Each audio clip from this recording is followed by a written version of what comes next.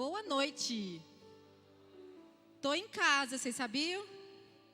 Apesar de primeira vez estar aqui no Templo Novo, mas estou em casa. E eu fico muito feliz porque eu acho que é assim mesmo que Deus quer que a gente se sinta, né? O reino dele é um só e a gente faz parte desse mesmo reino. E é muito bom a gente se sentir em casa, é muito bom a gente perceber que Deus nos ajuda a perceber a extensão do reino dele. Então, hoje nós vamos conversar, nós vamos falar sobre a mulher que Deus usa. Foi um tema escolhido pela liderança de mulheres de vocês e que também foi conversado assim comigo, trabalhado juntamente.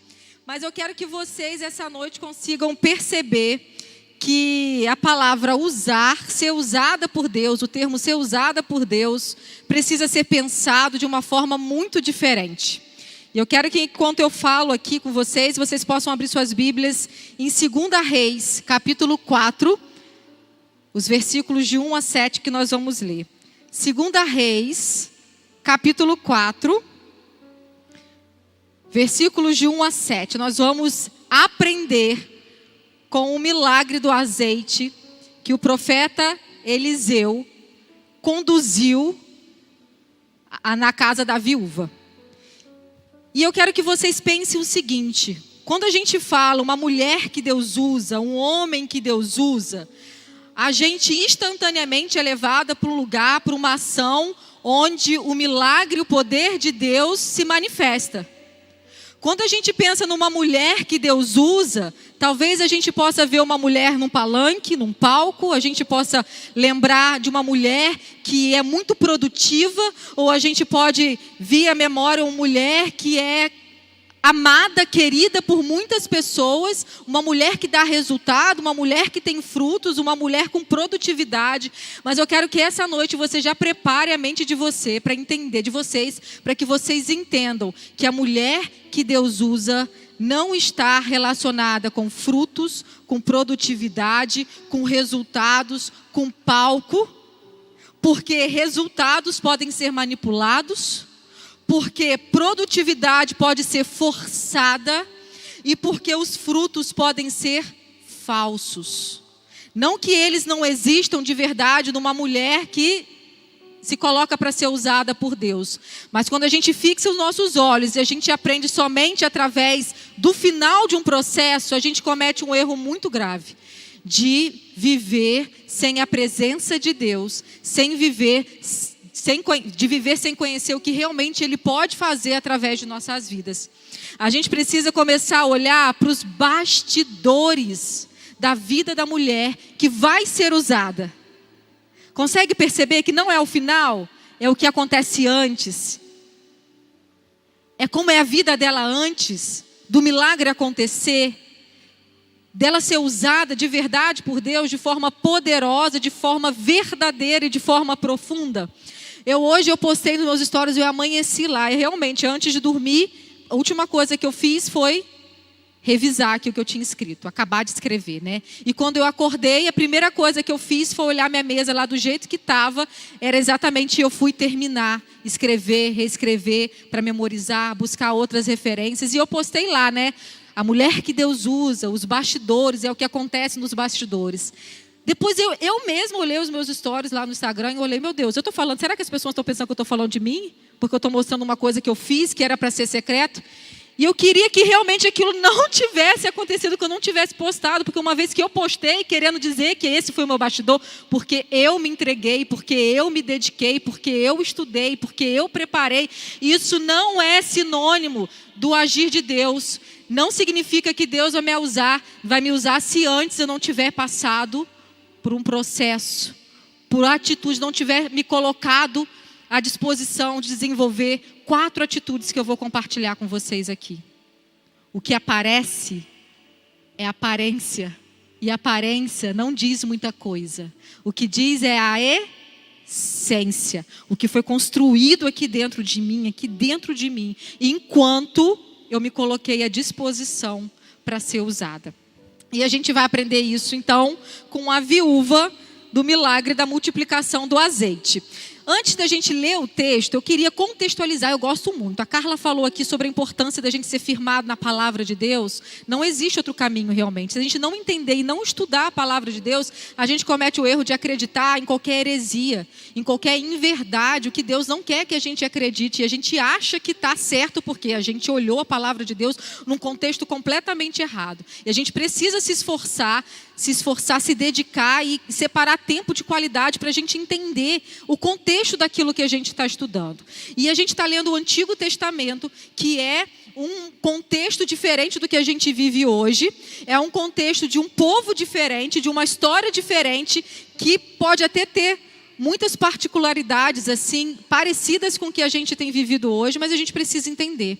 Então, o livro de 2 Reis conta a história de um povo que estava começando a viver o declínio espiritual na sua vida. Depois do reinado do rei Salomão, o reino unificado de Israel se dividiu. Reino do norte, reino do sul, por conta de inconsistências, por conta de governantes que não queriam seguir a vontade de Deus, seguir e obedecer, seguir em obediência a Deus. E aí, reino do norte, Israel, reino do sul, Judá, foram divididos, e aí Eliseu viveram no contexto de um reino dividido, de reis que não tinham responsabilidades com a palavra do Senhor, uma série de reis maus que se esqueceram de Deus, que colocaram ídolos para dentro do seu reino, que edificaram altares, que ao invés de buscar o Senhor para os seus problemas, buscavam outros deuses feitos por mãos. E a gente sabe que o final dessa história aí, não foi nessa época aqui do profeta Elias e Eliseu, mas o final foi que tanto o reino do norte quanto o reino do sul foi levado cativo, ele foi exilado. Um para a Síria, outro para a Babilônia, onde eles ficaram sem a presença de Deus. Vocês estão em dia com o EBD, não estão? Com a história do povo de Israel? Eu quero que vocês entendam que a história da multiplicação do azeite na casa da viúva se passava nesse contexto, num contexto de idolatria, num contexto de governos maus, num contexto de instabilidade política, porque os reis tinham uma rotatividade muito grande, porque não faziam o que era bom aos olhos do Senhor, e no contexto de um povo complacente, um povo que não buscava o Senhor e aceitava qualquer tipo de palavra, qualquer tipo de influência que via sobre sua vida. Esse era o contexto que a viúva viveu, esse era o contexto que o profeta Eliseu, que vai auxiliar a viúva nesse milagre aí, e que vocês entendam que a viúva e Eliseu eram minoria naquela época. Eu queria que vocês mentalizassem a seguinte situação: um rio, imagine um rio, com uma correnteza muito forte, e que você sabe que no final daquele rio existe uma cachoeira, uma queda d'água violenta. Imaginaram a situação? Só que de repente surge um brilho dourado saltitando contra a maré. E 1, e 2, contra a correnteza, completamente contra a correnteza. Vocês conseguem imaginar um brilho dourado ou um brilho prateado? Vocês sabiam que os salmões se reproduzem assim? Para ele desovar, eles nadam completamente contra a correnteza de um rio. Você consegue imaginar aquela água se revolvendo para cair e aqueles peixes, um salmão seja dourado ou seja mais um prateado, ele está pulando e ele está indo contra a maré, contra a correnteza, contra o que seria natural, contra o que ele não precisaria fazer esforço, mas por um propósito, por algo maior do que ele, que talvez nem tenha a ver tanto com ele, mas assim dá vida a outras pessoas. Ele pula e ele vai contra a maré, contra a correnteza, e ele consegue. Era exatamente assim que Eliseu e a viúva do azeite vivia naquela época. E é exatamente isso que você vai precisar viver se você quiser ser de verdade usada por Deus. Não é fácil. Não é estar com a maioria. Não é ser amada por todos. Não é ter suas vontades satisfeitas. Não é. Não é. Uma vez fixado isso, a gente vai ler 2 Reis 4, de 1 a 7. Vamos comigo? Todo mundo com a Bíblia aberta? Sim? Então vamos lá. Certo dia, a mulher de um dos discípulos dos profetas foi falar a Eliseu: teu servo, o meu marido, morreu, e tu sabes que ele temia o Senhor. Mas agora veio um credor que está querendo levar meus 2 filhos como escravos. Eliseu perguntou-lhe: como posso ajudá-la? Diga-me o que você tem em casa. E ela respondeu: tua serva não tem nada, além de uma vasilha de azeite. Então disse Eliseu: vá pedir emprestadas vasilhas a todos os vizinhos, mas peça muitas. Derrame daquele azeite em cada vasilha e vá separando as que você for enchendo. Depois disso, ela foi embora, fechou-se em casa com seus filhos e começou a encher as vasilhas que eles lhes traziam. Quando todas as vasilhas estavam cheias, ela disse a um dos filhos: traga-me mais uma. Mas ele respondeu: já acabaram. Então o azeite parou de correr. Ela foi e contou tudo ao homem de Deus, que lhe disse: vá, venda o azeite e pague suas dívidas, e você e seus filhos ainda poderão viver do que sobrar. Olha só. A gente vai conversar de um agir de Deus, de um sobrenatural de Deus, que talvez não tenha impactado futuras gerações. Como talvez o resgate do povo do Egito, do povo de Israel do Egito. A gente está falando de um milagre, a gente vai aprender de um agir de Deus que talvez não tivesse influência no reinado dos reis, mas que teve uma influência enorme na vida de uma família, de uma casa, e que provavelmente poucas pessoas ficaram sabendo. Eu quero te falar hoje que o bastidor, o pressuposto para que Deus use a mim e a você, não está somente nas coisas extraordinárias e extravagantes que acontecem em nossa vida. Deus usa, Deus faz coisas grandes, extravagantes, mas não é o pressuposto. Eu quero te dizer hoje que Deus começa a fazer com que você passe por um processo em que você se torne útil na mão dele, quando você vive milagres no cotidiano da sua casa. Milagres fechados. Quando você experimenta da presença de Deus, quando só você e sua família está vendo, ou quando só você está percebendo, e você sabe, não tem como negar que isso é da parte de Deus para a minha vida. Vocês conseguem perceber isso? Os milagres de Eliseu, praticamente todos, foram para oferecer cura, abrigo, abraço para pessoas que talvez não teriam impacto lá na frente. Talvez a escola de profetas dele, sim, teve um impacto muito grande. Mas ele curou famílias. Ele fez com que famílias pudessem se tornar aptas para testemunhar da presença de Deus na vida deles. E eu quero começar a compartilhar com vocês aqui 4 atitudes dos bastidores, do secreto de uma mulher que se coloca para ser usada por Deus. E eu quero começar analisando o versículo 1. A primeira atitude está no versículo 1, quando ela fala assim: certo dia uma mulher de um dos discípulos dos profetas foi falar a Eliseu. Em outras versões está escrito foi clamar a Eliseu. Alguém tem essa versão aí? Foi clamar. Eu quero que você pegue essa atitude aí e escreva, se você tiver com uma caneta na mão. Uma atitude para que a gente consiga ser útil nas mãos de Deus é não esconder as suas necessidades. A mulher tinha necessidades grandes. O mundo dela tinha mudado, a realidade dela tinha mudado, ela estava sofrendo e ela tinha necessidades que ela não conseguia suprir naquele momento. O marido morreu, ela se tornou uma viúva, eles tinham dívidas e naquela época as pessoas, os credores poderiam pegar os filhos como pagamento de parte da dívida, mas na lei o próprio Deus falou que não eram para que as pessoas abusassem desse procedimento e na verdade ela estava sofrendo uma opressão aqui porque estavam abusando do sofrimento dela e ela estava nervosa, aflita, angustiada, querendo saber como que ela poderia reconstruir o lar dela, como que ela poderia dar provisão para os seus filhos, como é que ela poderia prosseguir. Vocês concordam comigo que no contexto que essa viúva vivia, ela poderia procurar outros deuses? Outras pessoas que poderiam oferecer soluções fáceis para ela? Já que era comum, era o que a maioria fazia. Lembra? Era a maioria, não buscava a Deus, não obedecia a Deus.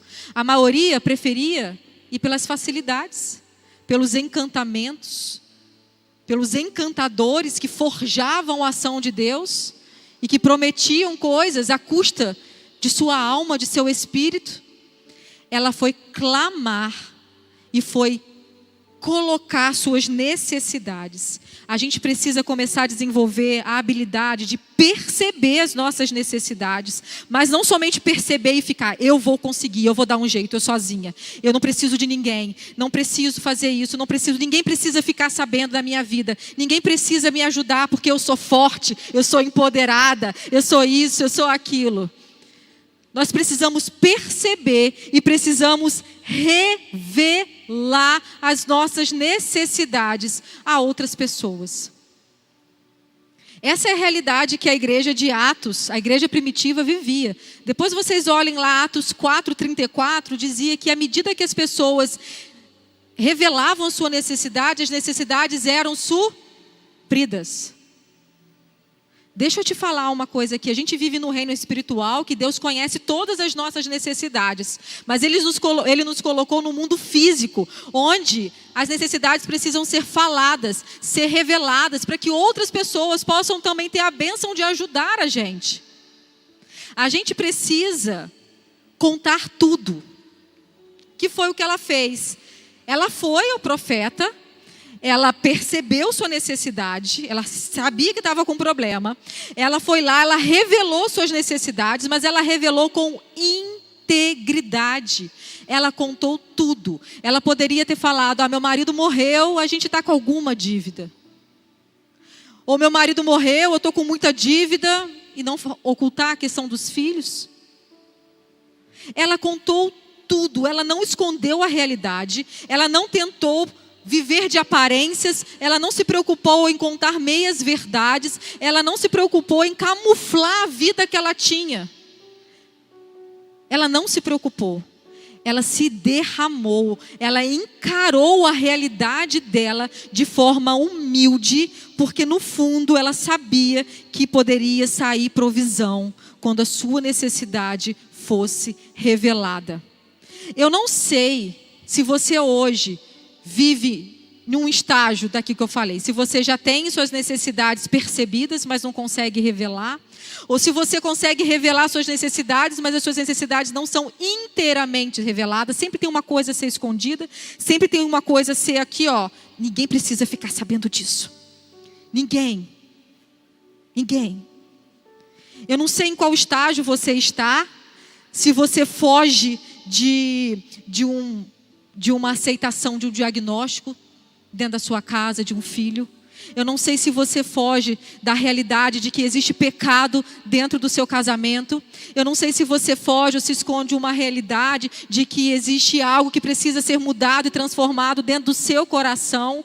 Eu não sei se você está sendo completamente inundada pela comparação e de tanto você ver a realidade de outras pessoas nas redes sociais, você tem vergonha de falar sobre a sua realidade, porque você não sabe o que os outros vão pensar, você não sabe o que os outros vão falar, você nem sabe se ainda vão poder ajudar você de verdade, e você vive no mundo camuflando a sua realidade, vivendo de aparências, não percebendo, declarando ou entregando por completo as suas necessidades. Eu não sei em qual estágio você está, mas eu quero te dizer hoje que você precisa aprender a entregar todas as suas necessidades. Todas. Pare de comparar a sua realidade. Pare de fugir da sua realidade. Pare de correr daquilo que você precisa enfrentar hoje, porque é através do enfrentamento, é através dessa visão séria, realista do que você vive hoje, do que precisa ser mudado, do que precisa ser suprido, que Deus vai trazer provisão para a sua vida. porque Ele provê, e Ele tem capacidade de prover infinitamente mais do que tudo aquilo que a gente imagina ou pensa, mas somente quando você estiver disposta a aceitar a medida.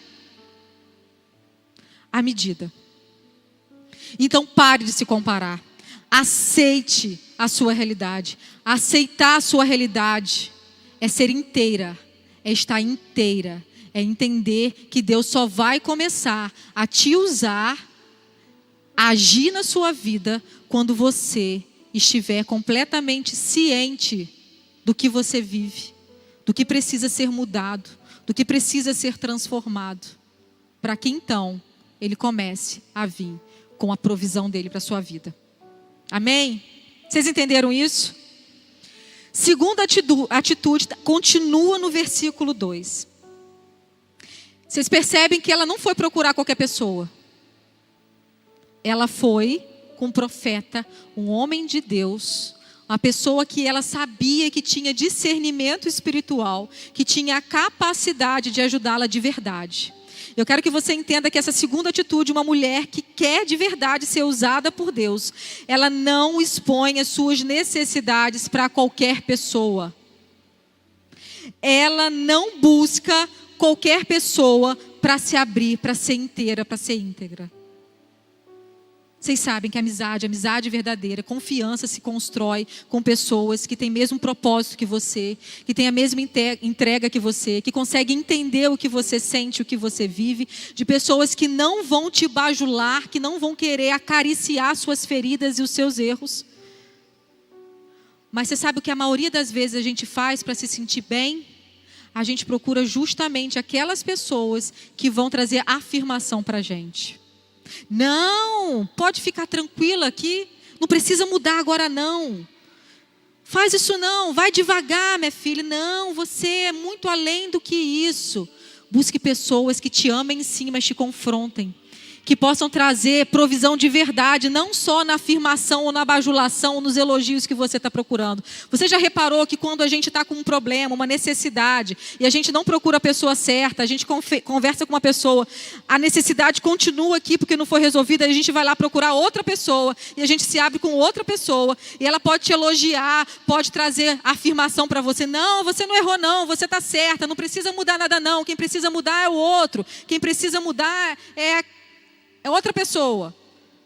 E você tem necessidade de conversar com outra pessoa. E aí você conversa com outra pessoa. Até que o seu lamento, a exposição das suas necessidades se transformam em murmuração. E a murmuração te leva para um lugar onde você não é curado de verdade. Onde não existe provisão. Não existe provisão na murmuração. Pelo contrário, a gente aprendeu com a história do povo de Israel no Egito que a murmuração produz deserto. Existe uma provisão no deserto, mas é uma provisão para que você sobreviva. Não é uma provisão em abundância. A abundância eles viveram quando alcançaram a terra prometida. Eles tinham suas roupas mantidas, eles tinham um cardápio único durante os seus dias, que era o maná, de vez em quando uma codorna ali, né? Não existia abundância no deserto, não existe abundância na murmuração, não existe provisão para a sua vida na murmuração. E, consequentemente, Deus vai te usar muito, muito, muito pouco quando você estiver fincada na murmuração, contando suas necessidades para um, para outro, para quem não pode resolver, para quem não pode suprir suas necessidades. Então, a primeira pessoa que você tem que procurar é Deus.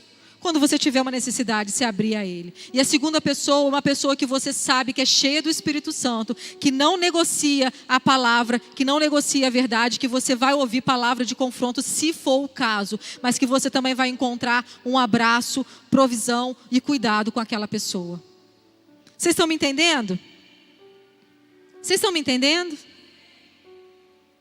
Pare de ficar falando de suas necessidades com pessoas que só se tornarão dependentes de elogios, que farão você ficar soberba e cega quanto às suas necessidades reais. Porque uma coisa é certa, se há necessidade, é porque algo precisa acontecer. Não é? Senão não seria necessidade. É ou não é verdade? Vocês estão comigo, né? Terceira atitude a gente encontra ainda no versículo 2. Versículo 2, Eliseu fala assim: olha, como eu posso te ajudar? Diga-me, o que você tem em casa? Olha, Eliseu também ajuda muito a gente entender o que é de verdade ser usado. Eliseu não procurou uma palavra sobrenatural, uma palavra mágica, né? De imediato para colocar. Eliseu, na verdade, não estava nem procurando ajudar alguém, foi a viúva que procurou ela. Se a gente quer ser usado de verdade, a gente não fica escolhendo quem a gente vai ser canal de bênção na vida de um do outro. As necessidades vêm. E Elias, com muita sabedoria, com unção dobrada que ele tinha, né? Com a porção de unção dobrada que ele tinha recebido de Elias, Eliseu recebeu a porção dobrada. Ele foi muito sábio e perguntou: o que eu posso fazer por você? E logo veio a pergunta: o que tem? O que você tem na tua casa? E ela respondeu: a tua serva não tem nada além de uma vasilha de azeite. E você percebe que ela continua sabendo com quem que ela está falando, porque ela estava se abrindo por inteiro. E ela continua tendo uma visão profunda da sua realidade. Ela não continuou omitindo a sua realidade. Ela foi sincera: a única coisa que eu tenho é uma vasilha de azeite. O azeite naquela época era fundamental, era através dele que se fazia as comidas, era através dele que as lâmpadas, né, as lamparinas ficavam acesas e era através do azeite também que se tinha combustível para outras questões. E ela fala: olha, eu só tenho isso, eu não tenho mais nada. E daqui a pouco vão tirar meus filhos, daqui a pouco vão levar os meus filhos, e eu não vou ter nada mesmo. Ela entregou tudo o que ela tinha. Mas quando eu falo tudo, não é tudo de quantidade, não. Ela entregou o que ela tinha, de acordo com a visão da realidade que ela teve o discernimento sobre a sua própria vida. Ela conseguiu declarar o que ela tinha e entregar o que ela tinha. É a partir do que você tem e não do que você espera ter, ou do que você acha que merece ter, ou a partir de um esforço que você ainda fará, que Deus vai agir sobre a sua vida. Não é sobre o que você ainda vai ter, ou o que vai acontecer. É o que você tem hoje. Pode não ser muito, mas é a partir do que você tem que Deus vai usar, vai sustentar a obra dele e vai trazer provisão para a sua vida. Então não espere: eu preciso ter mais fé para encarar isso. Eu preciso ter mais fé para restaurar meu casamento. Eu preciso ter mais tempo para me dedicar à obra do Senhor. Eu preciso ter mais conhecimento para encarar isso. Eu preciso ter mais dinheiro. Ou eu preciso ter mais paciência. Não. Deus não pede para que você espere até ter. Deus não pede que você tenha uma posição suficiente para seguir e servir a Ele. Deus pede o que você tem agora. Você tem um coração cheio de medo? É isso que você tem para entregar agora. Você tem 3 horas do seu dia? É isso que você vai entregar. Deus pede o que você tem. Não espere a sua realidade mudar para que você contribua, para que você entregue, para que você seja canal de bênção dentro da sua casa, para que você seja canal de bênção na vida de outras pessoas. A gente se apega muito: eu preciso ser isso, eu preciso ter aquilo. E olha, enquanto eu estou falando com vocês, eu estou sendo ministrada também. E isso aqui foi uma verdade que eu precisei encarar na minha vida. Eu não tenho muito. Eu nem sei se eu sou capaz. Mas o Senhor precisa, para que a minha necessidade seja suprida, para que meu casamento seja restaurado, para que o meu filho tenha condições de ter saúde emocional, espiritual e física, é o que eu vou entregar. Você acha que o que você tem é insignificante, mas é exatamente isso que Deus vai usar. É pouco. Graças a Deus e glória a Deus que você acha que é pouco. Mas você sabe o que acontece? Às vezes a gente acha que é pouco, ou a gente não entrega, ou a gente finge que entrega. A gente deixa transparecer para as pessoas que a gente está entregando, que a gente está no caminho, que a gente está confiando de verdade, mas na verdade a gente não está. A gente continua negando a nossa realidade. Sabe, Deus não faz conta. Fazer conta é humano. Fazer conta é humano. Vocês lembram da multiplicação dos pães e dos peixes? Jesus provocou Filipe, seu discípulo, falar assim, olha, quanto que a gente precisa para poder alimentar essa multidão? E Filipe, um bom ser humano como era, e um rapaz talvez muito dotado com cálculos matemáticos, ele rapidamente fez contas. Olha, nem se tivéssemos tantos dinheiros, a gente conseguiria comprar comida suficiente para essa multidão. E Jesus vai lá e ensina para ele que no reino de Deus, com a provisão divina, não existe conta. Deus não está preocupado com o que você tem. Ele não é Deus. Ele não formou o mundo do nada. Não existia nada e tudo foi criado. Você não acha que do nada Ele pode usar você? Ele não está preocupado com o que você tem. Ele está preocupado com a sua essência, o quanto você está disposta a entregar de verdade. É isso que faz a diferença na vida da gente. Não é o quanto a gente tem.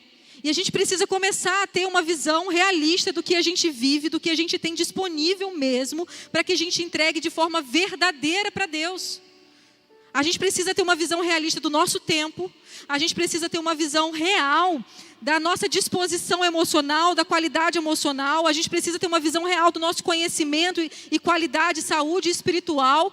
Não para que a gente se limite, mas para que a gente ofereça e tenha noção do que a gente está oferecendo para o nosso Deus e para que a gente consiga contemplar Ele, multiplicar isso na nossa vida. Porque se a gente não sabe de onde a gente está partindo, a gente não consegue ver Deus multiplicando a nossa vida. É ou não é verdade? Se você não chega lá do início, tendo consciência da sua realidade, declarando suas necessidades, sabendo do que você precisa, do que você tem, do que você não tem, nós não conseguimos ser usadas por Deus. Porque a gente não vai estar sensível ao agir dele, entender onde a mão dele está presente na nossa vida. Essa é a verdade. Eu quero que vocês entendam que vocês precisam entregar tudo. Entregar sem reservas, entregar sem medo, mesmo que seja pouco, mesmo que aos seus olhos pareça insignificante. Deus não está preocupado com isso. Deus não está preocupado com isso. Ele está preocupado exatamente com a quarta atitude que você vai ter. O versículo 3 diz assim: então disse Eliseu, vá pedir emprestadas vasilhas a todos os vizinhos, mas peça muitas. Depois entre em casa com seus filhos e feche a porta. Derrame daquele azeite em cada vasilha e vá separando as que você for enchendo. Olha só. Elias não estalou o dedo e fez brotar o azeite. Elias não falou uma palavra, não proferiu uma palavra e trouxe provisão para a vida da viúva, para a vida daquela casa. Elias falou, você vai e você vai buscar o máximo de vasilhas que você conseguir. Ele pediu algo difícil? Ele pediu algo impossível? Ele pediu algo mirabolante? Nas coisas mais simples, Deus coloca à prova a nossa fé. E vocês conseguem entender que a quantidade de vasilhas que aquela mulher se esforçou para conseguir é a medida da fé que ela teve de que aquelas vasilhas iriam se encher a partir de uma vasilha de azeite? A partir do insuficiente que ela tinha. Eliseu falou, vá, faça. E era simples. Talvez a cabeça dela podia ter dado um bug como a cabeça de Naamã deu, que foi o próprio Eliseu que também pediu, você quer ser curado da lepra? Vá, mergulha 7 vezes no rio e você vai ser curado. E Naamã falou assim, tá de brincadeira, é isso? É isso mesmo? Naamã estava esperando o quê? Está curado, vá, ou um estalo, ou um show teatral antes, mas Eliseu falou assim, vá e mergulha. Quer dizer, nem foi nem Eliseu mandou recado. Eliseu mandou recado para que Naamã pudesse. E no caminho, o servo de Naamã falou assim, é uma coisa difícil que o profeta pediu? O que te custa? A medida da fé. Essa é a medida da fé. Junte vasilhas vazias. Mergulhe 7 vezes. O simples, o comum mede a nossa fé. Vocês conseguem entender que Eliseu estava fazendo com que a viúva fosse coparticipante de um milagre, da provisão na vida dela e da casa dela? A gente quer ser usada sem ter participação anterior. A gente quer ser usada, talvez pela força do nosso braço, dos nossos esforços, mas eu estudei, mas eu fiz, mas eu me doei ao máximo, mas eu falei certo, mas eu fiz tudo certo. Não é isso que Deus está esperando da gente. O que Deus espera da gente é a medida grande da nossa fé, não é a medida do que a gente tem para oferecer a Ele. Porque Ele pode fazer tudo, Ele pode transformar tudo, Ele pode prover tudo, mas Ele deseja que a gente participe com a medida da nossa fé. Não sei se você já parou para perceber que em vários trechos da Bíblia, inclusive no Novo Testamento, tudo acontecia e tem assim, a medida da sua fé. É ou não é? Você já parou para pensar no que isso implica? Que se sua fé for grande, a providência é grande. Se sua fé for pequena, a providência é pequena. Se a viúva pegou muitas vasilhas, a provisão foi grande. Se a viúva pegou poucas vasilhas, a provisão seria pequena. Você percebeu que numa palavra, numa atitude de fé, e vocês sabem que lá em Hebreus 11:1 diz que a fé é o quê? É a certeza daquilo que esperamos e as provas das coisas que não vemos. Ela não tinha visto o azeite, mas ela acreditou. E sabe como que a gente sabe que ela acreditou? Que ela teve uma fé grande? Ela foi expressa numa atitude de juntar o máximo de vasilhas que ela poderia. Porque se a fé dela fosse pequena, ela não teria corrido a vizinhança para pegar as vasilhas. Ela não questionou, a Bíblia não fala que ela questionou. Então eu acredito que ela não tenha questionado. Eu acredito que ela tenha confiado na vida, na índole, no discernimento, em tudo que o profeta Eliseu já tinha feito. E ela conhecia. E ela conhecia. E ela foi. E ela foi. E olha só, apesar de Deus precisar, né, ter oferecido a oportunidade de uma coparticipação dessa viúva na provisão, no milagre que ele ia realizar, eu quero dizer para você que não foi a viúva que fez o milagre, foi o próprio Deus, né? Mas a dádiva foi proporcional à fé, à ação da viúva. E vocês percebem que não é só acreditar que a fé não é uma coisa parada. Eu acredito, Deus faz. Eu acredito, Deus faça. Deus, mude meu casamento. Deus, mude a minha família. Deus, mude a minha realidade. Deus, me dê fé. Isso é uma parte só. Mas a expressão da nossa fé é quando a gente vai e faz. Mesmo sem ter certeza, mesmo sem ter garantia, mesmo não vendo, simplesmente com uma palavra de que Deus pode fazer tudo. E depende da nossa fé. Eu preciso dizer que depende da nossa fé. Porque Ele age na medida da nossa fé. E eu quero que você entenda agora aqui que Deus não precisa da nossa fé para fazer. Vamos diferenciar isso. Deus não precisa que eu tenha fé para Ele realizar um milagre. Ou para Ele trazer a provisão para a sua casa, para a sua família, para o seu trabalho. Ele não precisa da nossa fé. Ele é suficiente. Ele é todo poderoso. Ele não precisa de nada nosso. Mas Ele é tão bondoso que Ele precisa ensinar para a gente que somos nós que precisamos da fé para receber. Deus não precisa da fé sua, nem de ninguém para realizar algo. Se Ele quiser, Ele faz. Do jeito que Ele quiser, no momento que Ele quiser. Mas olha só, Deus quer que a gente tenha um relacionamento e que a gente conheça Ele. A fé é para a gente. Não é uma coisa que a gente entrega para Deus. Toma, Deus, agora, na medida da minha fé, o Senhor faça. Não é. Eu expresso algo que eu não sei se vai acontecer, mas pela firmeza, esperança do meu coração, pelo firmado no que Deus, em quem Deus é e no que Ele já fez, e no que eu já viveu na minha vida, o que eu já vivi na minha vida, eu vou o quê? Eu entrego. Mas eu entrego o insuficiente, eu acredito que aquilo vai ser multiplicado. E foi exatamente isso que aconteceu. Enquanto tinha vasilhas, tinha azeite. E ela pedia para os seus filhos ir trazendo as vasilhas. E ela ia derramando. Imagina a cena, eu fiquei imaginando a cena. Ela estava com uma vasilha de azeite e ela estava derramando. E essa vasilha não acabava. E enchia essa vasilha aqui, e o filho trazia outra, ela enchia. E o filho trazia outra, ela enchia. E o filho trazia outra, ela enchia. E o filho trazia outra, ela enchia. E uma coisa sobrenatural, inexplicável, que ela estava vivenciando. Imagina a alegria. Imagina a satisfação de ter entregado tão pouco. E de ter confiado tanto. E aquilo estava se realizando na vida deles. Até que ela chegou para o filho e falou assim, traga mais uma vasilha. E o filho falou, não tem mais. E aí na mesma hora o azeite parou de pingar. O azeite parou de pingar. E você sabe como esse milagre aconteceu? Não foi em praça pública. Outras pessoas não ficaram sabendo e nem viram.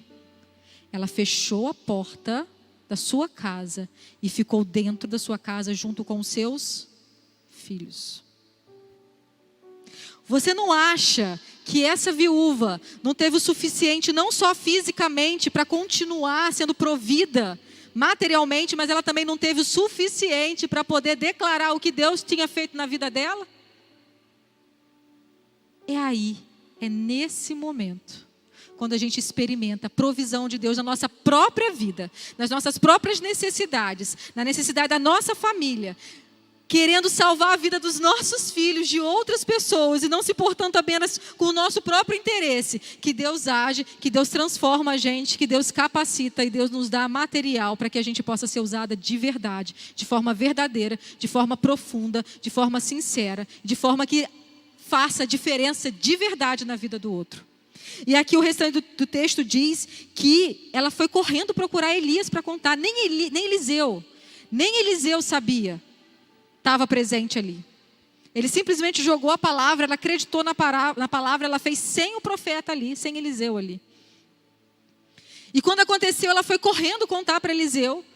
E Eliseu deu um outro direcionamento para ela. Agora, olha só, você vai pagar sua dívida com parte disso que você conseguiu. E você vai viver o resto da sua vida com o que sobrou. Não foi uma provisão momentânea, não foi só para pagar a dívida dela e salvar a vida dos filhos. Foi uma provisão para a vida inteira. Enquanto a gente não tiver experiências com Deus, que tragam provisão espiritual e certeza de que Deus está aqui com a gente, de que Ele é muito maior do que a gente possa imaginar, e de que Ele está aqui ansioso e desejando que a gente dependa dEle, que a gente entregue a Ele, a gente não vai ter o suficiente para agir de verdade na vida de outras pessoas. Vocês entendem isso? Na sua casa, experiências privadas, o sobrenatural de Deus acontecendo no comum, no seu lar. No comum, no seu lar. Eu quero que você feche os seus olhos nesse momento e que você consiga fazer uma oração pedindo para que Deus aumente a sua fé.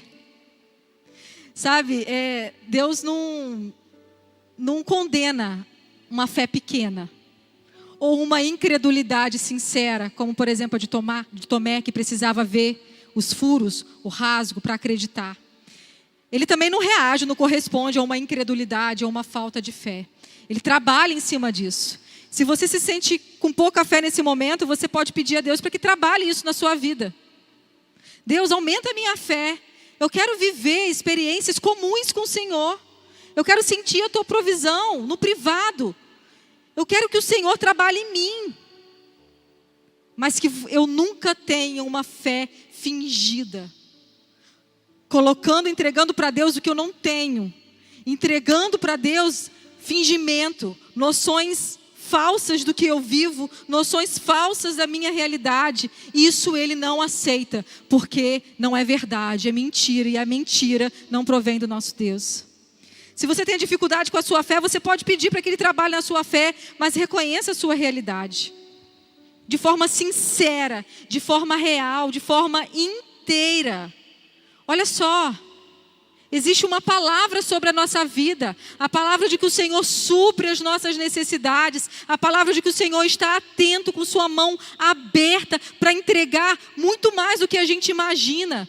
Ele frustra planos, sim. Ele dá uma realidade diferente da que a gente sonhou, sim. Ele coloca situações adversas, sim, em nossas vidas. Mas não é para fazer você cair, não é para fazer você tropeçar, não é para fazer você desistir. É para fazer você confiar nele. É para fazer você ver a glória dele. É para fazer você entender a provisão dele, a necessidade que você e eu temos de depender exclusivamente dele. Com pouco que nós temos, com a imperfeição que nós temos, nós precisamos entregar. Entrega o seu casamento imperfeito do jeito que é. Entrega a sua maternidade imperfeita do jeito que é. Entregue o trabalho, o seu ministério, o que você faz na igreja imperfeito do jeito que é. Não queira ser dono do seu casamento. Não queira ser dono dos seus filhos. Não queira ser dono do seu ministério. É Deus quem faz. É Deus que faz através de você à medida que você reconhece suas imperfeições, as suas reais necessidades, que você proclama, que você declara que você precisa de ajuda, que você procura pessoas íntegras, certas, cheias do Espírito Santo para te dar direcionamento, para te corrigir. À medida que você entrega o pouco que você tem, que você reconhece que tem, você não finge que tem muito, que você se esforça muito e que Deus vai te recompensar pelo muito. É à medida que você tem uma fé abundante, mesmo diante de um cenário escasso, mesmo diante de uma dor intensa, mesmo diante da possibilidade de perder a sua família, de perder o seu marido, Deus pede para que você coloque a sua fé num patamar tão elevado, a ponto de saber de verdade que Ele é capaz de suprir, não do seu jeito, mas de um jeito muito melhor para você nesse momento. Deus, eu entrego nesse momento as nossas vidas no Teu altar, Pai. Eu te peço que em nome de Jesus, o Senhor abra os nossos olhos para a realidade que nós vivemos agora. Nós com certeza temos feridas que precisam ser reparadas. Nós com certeza temos mulheres aqui, não só na igreja, mas que nos assistem pela internet, que precisam lidar com a realidade de um adultério, que precisam lidar com a realidade de uma infidelidade financeira, que precisa lidar com uma realidade de uma traição emocional, que precisa lidar com uma realidade de que sua casa não está bem, de que sua vida espiritual não está bem. Nós temos mulheres aqui que precisam lidar com a realidade de que o Senhor não tem sido a primeira pessoa que temos buscado para suprir todas as nossas necessidades. Eu te peço que em nome de Jesus, o Senhor abra os nossos olhos, o Senhor nos dê capacidade para entender, para visualizar e para declarar quais são as nossas maiores necessidades e que a gente consiga entregar essas necessidades por completo, sem comparação, sem modéstia, sem nada que possa atrapalhar a gente de se entregar por inteiro. Pai, em nome de Jesus, eu te peço que a partir dessa entrega, o Senhor trabalhe na nossa fé e que o Senhor coloque em nós, desenvolva em nós uma fé tão grande, mas tão grande, que através do nosso cotidiano, do nosso lavar, do nosso passar, do nosso cozinhar, do nosso falar, do nosso bom dia, a gente se torne irresistível ao agir do Seu Santo Espírito na vida das pessoas que estão do nosso lado. Pai, em nome de Jesus, começando sobre a nossa casa, te peço, Pai, que as nossas vidas possam refletir uma fé tão grande, Pai, a ponto de as pessoas conseguirem ver sem a gente falar, a ponto das pessoas conseguirem perceber a Tua presença, o Teu agir, sem a gente precisar ficar divulgando, sem a gente precisar divulgar. Pai, em nome de Jesus, que a nossa vida seja uma constante entrega, uma constante expressão da nossa fé. E eu declaro para o Senhor, eu confesso para o Senhor que a minha fé hoje é pequena, que muitas vezes eu não entendo o que o Senhor deseja fazer na minha vida, com tão pouco que eu tenho, com tanto erro, com tantas vezes que fui falar o que tinha que ser falado com outra pessoa e eu fui falar com a pessoa errada, com tantas vezes que eu errei ao não trazer tantas vasilhas, que eu vasilhas insuficientes, mas eu te peço em nome de Jesus, eu sei, porque a tua palavra fala que o Senhor trabalha com a sinceridade e que em meio a essa debilidade que eu estou demonstrando para o Senhor vai exercitar a nossa fé, a minha fé. E eu te peço que a partir de hoje, Pai, a nossa fé seja exercitada. Nós queremos ser sim usadas pelo Senhor. Nós queremos sim que as pessoas vejam, mas antes que as pessoas vejam, nós queremos ser tratadas pelo Senhor. Nós queremos desenvolver algo dentro da gente, na nossa mente, no nosso íntimo, algo inconfundível, que a gente seja de verdade separada pelo Senhor. Em nome de Jesus eu te peço, escute a nossa oração, receba, Pai, e age em nossas vidas, começando hoje nesse momento em nossas mentes, começando hoje nesse momento em nossas intenções, começando hoje nesse momento, Pai, naquilo que nós estamos oferecendo para o Senhor nesse momento, Deus.